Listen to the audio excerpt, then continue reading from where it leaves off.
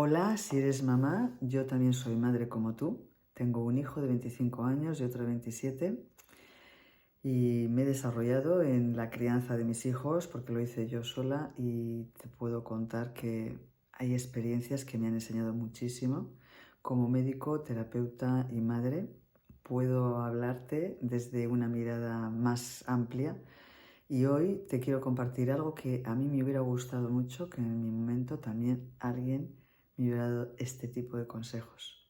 El vídeo de hoy lo he titulado Permitir que tu hijo tropiece es un acto de amor y de confianza.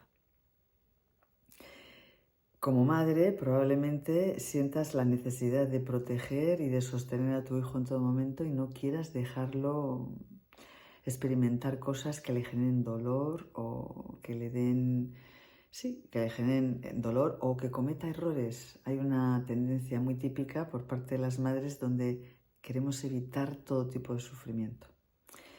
Y hoy quiero explicarte que esto no es uno de los mejores hábitos por nuestra parte, aunque tenemos mucha tendencia, puesto que es importante dejar que tu hijo o que tu hija se equivoque y que experimente por sus propios medios lo que la vida le trae, ya que el crecimiento implica dolor.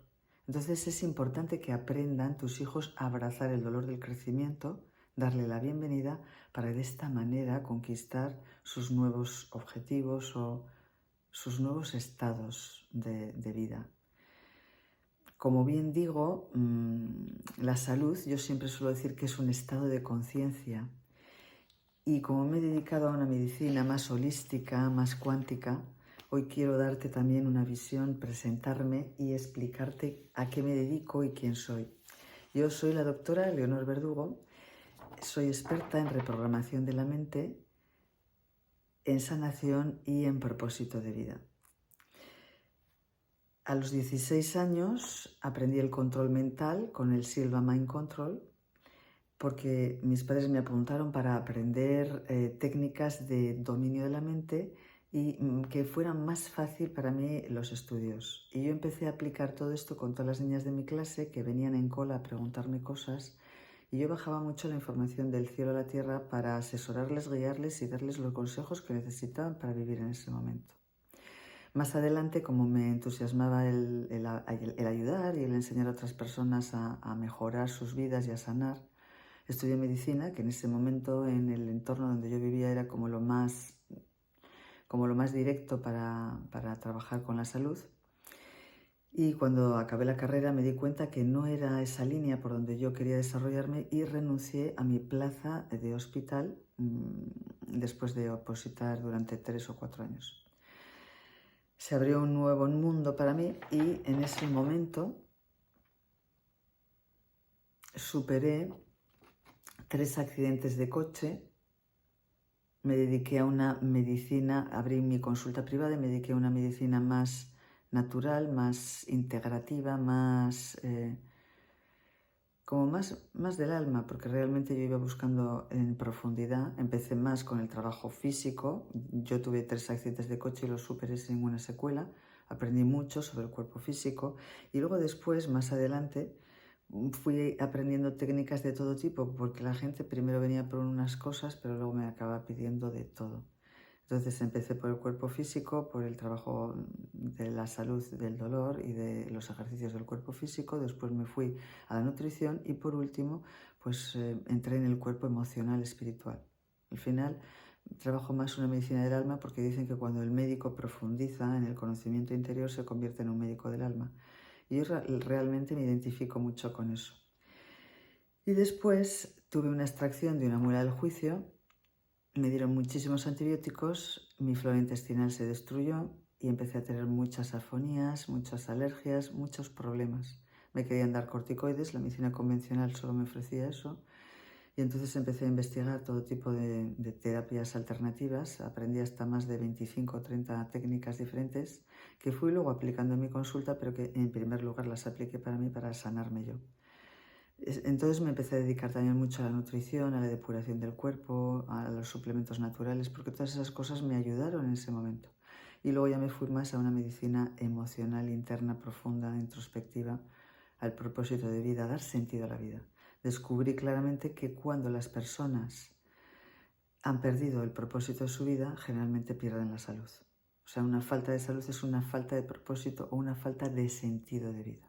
Por eso para mí la base de lo que yo hago, y cuando yo inicio todas las formaciones para mis alumnos, lo primero que empiezo a comentar es cuál es tu propósito de vida, qué has venido a hacer aquí, cuáles son tus dones, y con respecto a ellos, que te alinees a ellos, porque ese va a ser tu propósito, estar en equilibrio con todas esas cualidades que tú traes. Cuando estás en desequilibrio, pues te alejas del propósito y generalmente enfermas o pierdes el dinero o entras en relaciones más tóxicas o más deprimentes, ¿no? Y por último, justo un poco antes del confinamiento, unos 6 meses antes del COVID, decido cerrar mi consulta privada y separarme de mi socio y hermana para echar el vuelo en otra dirección, trabajar más los grupos, todo el mundo digital, las mentorías, todo el trabajo más grupal para llegar a muchas más personas y transformar sus vidas. También mencionar, para cerrar ya esta presentación mía, que tuve unas células que venían muchos pacientes con un tipo de patología que yo dije, bueno, Leo, esto está hablando también de ti, mírate. Fui al médico, me encontró unas células que podían degenerar en el cuello del útero, que podrían haber sido degenerativas o cancerígenas, y me puse muy rápidamente a trabajar en mi sanación con todas las técnicas naturales que yo conocía y también con mis visualizaciones, decretando y meditando a otros niveles, ¿no? Y haciendo lo que realmente se llama una sanación profunda del alma. Y me sané y los médicos nunca encontraron ninguna prueba más que pudiera ser positiva. Después de 3 o 4 exploraciones, vieron que ya no había nada y decidí que ya dejaba de explorarme y de mirarme. Creé una meditación que ayuda mucho a las personas en su sanación, que está en mi canal de YouTube de ra.leonorverdugo, que se llama Sanación Celular Vital. Te la recomiendo para cualquier cosa que te esté preocupando. Es una meditación de muy alto nivel sanativo y cuántico, holístico, ¿eh?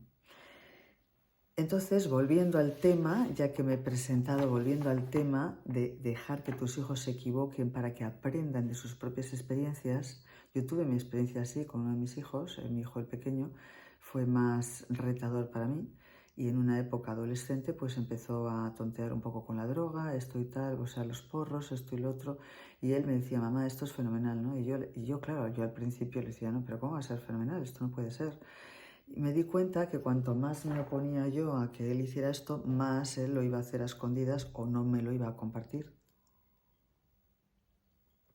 En aquella época llegó una persona mágica a mi mundo que me canalizó y me ayudó mucho a confiar como madre. Hice un gran aprendizaje ahí y me dijo, bueno, Leo, tu hijo va a ir muy bien, él va a ir como, me decía, como un Sputnik, me decía como un avión reactor de alta velocidad en cuanto coja su camino. Ahora tienes que confiar, le tienes que acompañar, tienes que estar a su lado, pero tienes que dejar que también se equivoque, que aprenda de su experiencia. Fíjate si es importante dejar que tus hijos se equivoquen, que yo ahí empecé a soltar y empecé a estar como una madre que escucha, más que una madre que está todo el rato dando lecciones y enseñando, controlando o gobernando.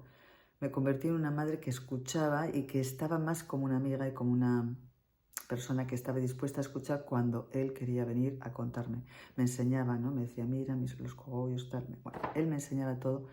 Si yo hubiera puesto una negación ahí en ese momento a esa comunicación, probablemente lo hubiera hecho a escondidas. Entonces, al contármelo, pues yo escuchaba y le decía, bueno, pero ¿tú crees tal? ¿O qué crees? ¿O qué piensas de esto? ¿No?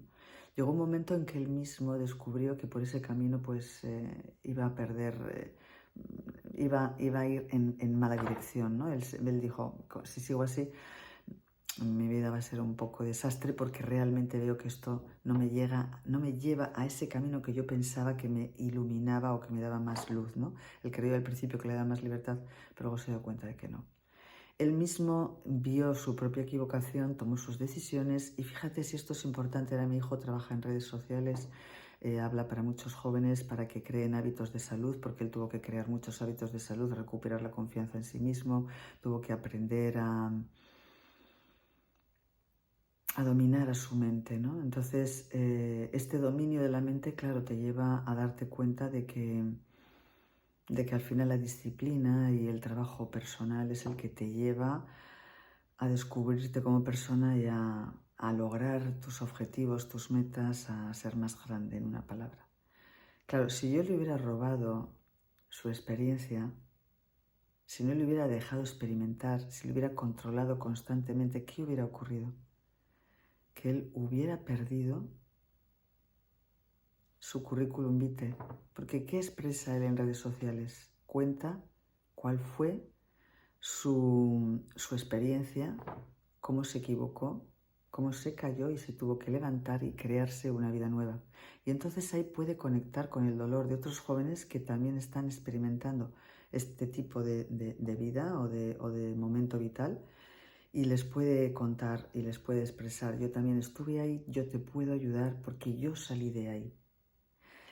Por eso esta experiencia, que quizás para él fue dolorosa y que a mí me hizo aprender mucho a fluir, a confiar en la vida y a confiar en él, fue lo que a él le permite ahora expresar su transformación y apalancarse de eso para ese salto que dio hacia adelante y eso que puede él aportar a otros. Por lo tanto, ¿cuáles son los consejos que te doy en el día de hoy? Te he contado un poco mi experiencia, mis conocimientos y mi trayectoria vital, para que veas un poco también de dónde partimos. Y entonces yo hoy te diría, aparte de esta breve introducción, una frase de introducción importante que te diría es que no estamos aquí para evitar que nuestros hijos caigan, sino para enseñarles a levantarse. Estate ahí cuando él sienta que va mal. A mí me dijo mi hijo: mamá, así me voy a ir a la mierda. Y le dije: fíjate, te has dado cuenta, me alegro muchísimo que te hayas dado cuenta. Y entonces él se dio cuenta de que tenía que ser él el que tomara la decisión de cambiar su vida. Cuando nosotros insistimos en que nuestros hijos hagan lo que nosotros queremos que hagan, ellos nos van a ofrecer mucha resistencia, no lo van a querer hacer. Tienen que decidir ellos por su propia responsabilidad, que responsabilidad es la habilidad de responder, responsabilidad. Esa habilidad de responder hace que ellos salgan de la víctima y se transformen en los propios héroes de su aventura vital. Y tú estás ahí simplemente para sostener, para apoyar, para confiar, para mostrarles el camino, pero para respetar su elección. A veces da miedo, sí. Solamente hay dos formas de actuar. Podemos actuar desde el amor o podemos actuar desde el miedo. Y yo te aconsejo que actúes desde el amor. Y un acto de amor incondicional hacia tus hijos es permitir que se equivoquen, permitir que vivan sus experiencias. No les robes la experiencia, porque les robas el aprendizaje. No seas una madre controladora. Permite que ocurran las cosas. Permítete también sentir miedo. Puedes sentir miedo, no es malo. El miedo se atraviesa mirándolo de frente. Muchas madres controlan mucho porque tienen miedo de lo que va a ocurrir con sus hijos. Pero claro, en ese control, al final los hijos se alejan de nosotras. Nos dejan de contar, dejan de confiar. Y al final comienzan a ocultarte. Fíjate que los profesores de mis hijos, yo hablaba mucho con ellos, como madre divorciada, pues iba yo a todas las reuniones escolares y siempre me encargué de toda la educación y de la enseñanza con mis hijos, les acompañaba con los deberes y todo. Y hubo un profesor que era un hombre que yo admiraba mucho, era un hombre muy noble, que cuando hablaba con él y me hablaba, ¿no?, de cómo él les daba las clases y tal, yo, pues hablando una vez, le dije que sí, que yo le contaba a mis hijos, que mis hijos me contaban muchas cosas y que yo les escuchaba y que yo luego les compartía, pero ellos me contaban esto, lo otro, y me llegó a decir: Leo, ¿pero te cuentan todo eso? Y yo le dije: pues sí, ¿a ti no te cuentan tus hijos? Y me dijo: a mí no me cuentan esas cosas. Entonces, Ese canal de apertura, de comunicación, yo la establecí desde muy jóvenes, mis hijos, desde que pues, a los 10 y 11 años, creo, o 9 y 10 años, es cuando ya me divorcié de su padre y ahí empezamos una comunicación mucho más estrecha, porque también ellos estaban viviendo mi momento de tristeza y también ellos estaban viendo lo que me ocurría. Yo tenía que compartir con ellos mi estado para que no creyeran que era por ellos, sino que realmente se dieran cuenta de que era lo que yo estaba viviendo y que mis emociones eran esas. Entonces, siguiendo un poco mi esquema, tengo aquí un pequeño guión, quisiera decirte 3 o 4 puntos. El primero, que el impulso que tenemos nosotros de salvar. Entonces evita actuar como un salvador para no robarles la experiencia. Y además, ese instinto de protección que tenemos las madres viene por un lado del amor, pero por otro lado viene del miedo, de esa necesidad de controlar. Por lo tanto, hay que soltar ese control. Permítete experimentar el miedo si lo tienes, no es malo. El miedo, en cuanto lo miras de frente, se cae.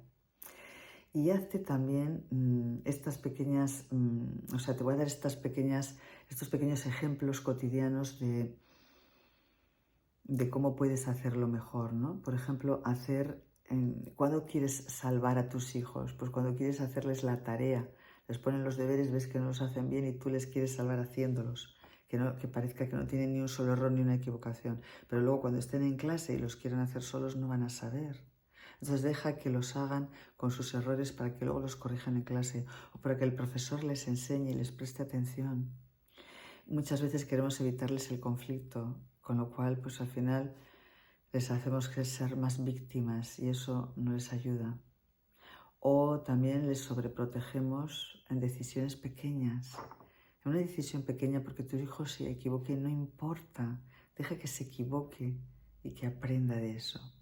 Tú simplemente observa y estate ahí para ayudarles cuando lo necesiten. En segundo lugar, otra cosa que te quiero comentar es que el valor del error, el hecho de que tu hijo cometa errores tiene un valor muy importante porque solo aprendemos equivocándonos. Yo he aprendido de todas mis pequeñas o grandes equivocaciones y han hecho que cada vez quiera aprender más rápido y cometer menos errores. Pero, por supuesto, en las nuevas aventuras de la vida cometemos errores y es normal, es perfecto. El camino se traza de esa manera. Paso a paso vas descubriendo hacia dónde vas y vas manifestando más tu propio propósito. Por lo tanto, el error es saludable. Yo tenía mucho miedo de equivocarme de niña y a cometer errores. Siempre me habían castigado. Bueno, me habían reñido mucho, ¿no? Si no era niña perfecta o niña ideal, ¿no? Ese modelo ideal. Y en ese intento de ser tan perfecto, uno al final se pierde, ¿eh? La perfección es una tiranía porque nunca se alcanza. Entonces deja que tus hijos se equivoquen. Yo he aprendido a equivocarme de mayor.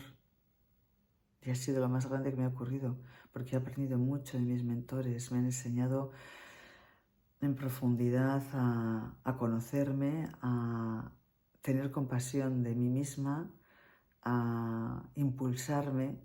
Una frase que me digo yo mucho es: no te preocupes, Leo, estás aprendiendo. Y cuando soy benevolente conmigo misma, puedo ser mucho más benevolente con mis hijos, mucho más comprensiva. Porque para dar tú algo, primero lo has tenido que aprender en ti. El valor del error está ahí, ¿vale? Y por otro lado, yo te diría que, en tercer lugar, acompañar y no controlar. Simplemente acompaña a tu hijo o a tu hija, no le controles, deja que viva su experiencia y que luego la comparta contigo. Y si necesita tu ayuda, ahí estás tú y le puedes decir: estoy para ayudarte cuando me necesites. Y entonces él no tendrá miedo o ella no tendrá miedo de dar los pasos, de equivocarse, y eso a ti te va a dar mucha tranquilidad, mucha libertad. Vas a soltar mucho control. A los niños no les gusta nada las madres controladoras, los padres controladores. Yo he hecho mucha terapia a muchas personas Y hay un perfil de personas que me dicen mi madre o mi padre era muy controlador, era tremendo aquello, me ha generado un nivel de exigencia muy alto, he sufrido mucho por eso. Y luego lo tienen que sanar en terapia, vamos a ahorrarles eso. Y esto es, acompañar no es controlar. Y entonces hay una diferencia entre estar presente y entre ser invasivo. Estar presente es acompaño, escucho, estoy con una sonrisa, soy empático, apoyo cuando ellos están en sus momentos de dificultad, de tristeza, de estrés, pero no invado su territorio diciéndoles todo el rato lo que tienen que hacer. Cuando decimos todo el rato lo que tienen que hacer con mucha insistencia y se nos ve angustiadas, nuestros hijos hacen todo lo contrario. Entonces, como suelo decir yo, ¿cómo se pone límites? No se pone límites diciéndole al otro lo que tiene que hacer. Solemos decirle, no me hagas esto, no me hagas lo otro, déjame en paz. Y el otro te lo hace mucho más. ¿No te has dado cuenta de eso? Los límites se ponen diciéndole al otro lo que vas a hacer tú. A partir de ahora yo voy a ir en metro. A partir de ahora yo voy a hacer esto. A partir de ahora a mí me va a gustar de esta manera. Para al definirte la gente te conoce, te respeta y entonces tú estableces unos límites, te das un valor. Esto es muy importante también enseñárselo a los niños desde muy pequeños. Desde muy pequeños, no te cortes con la edad. Entonces, ¿qué significa estar al lado emocionalmente de alguien, de tu hijo? Estar al lado emocionalmente de tu hijo sería sostenerle, escucharle, contener, sin juzgar cada uno de sus actos. Y por último, para cerrar, te invito a esta reflexión. ¿Alguna vez te has caído? ¿Alguna vez has tenido alguna experiencia dura? Ponte en esa situación. Recuerda una de tus experiencias más duras o dolorosas. Y piensa qué te aportó, cómo te hizo crecer. ¿Qué hubiera sido de ti si no hubieras tenido esa experiencia y no hubieras tenido la oportunidad de esta conquista, de crecer de esta manera? Todas las conquistas más grandes de mi vida han venido de mis más grandes equivocaciones y de mis momentos más duros, donde he tenido que tomar decisiones que realmente me han hecho sufrir, pero me han hecho crecer mucho. Somos el resultado de los retos que conquistamos. Si tú eres capaz de concederte la oportunidad de desarrollarte y de conquistar nuevas metas, de vencer nuevos retos, pues el mundo empieza a ser muy hermoso y muy grande para ti. Y por último, te animo mucho, después de esta reflexión y de esta exposición, te animo mucho a que en el grupo de WhatsApp nos dejes experiencias que hayas tenido al respecto de este tipo, o qué te ha parecido esto que te he expresado, de qué manera tú resuenas o no resuenas con ello, o si tienes algún miedo o alguna duda al respecto, atrévete a comentar y a contar tu experiencia, porque seguro que las preguntas que tú hagas nos hacen crecer a todos. Y por último, solo me queda despedirme. Espero que estés disfrutando muchísimo de este reto, que estés acompañada por todas estas personas que te están guiando estos días y que están entregando toda su energía desde el más puro amor para darte la mejor experiencia que puedas tener durante estos días y que sobre todo que te impulse a crecer por dentro y a conquistar tu alma, tu propósito, tu vida y también la de tus hijos. Porque si tú eres capaz de crecer, de atenderte, de sanarte y de mimarte, tus hijos van a ser los hijos más felices del mundo. Hasta muy pronto, nos vemos en algún otro vídeo que también te mandaré y espero que el reto esté siendo de muchísimo valor y crecimiento para ti.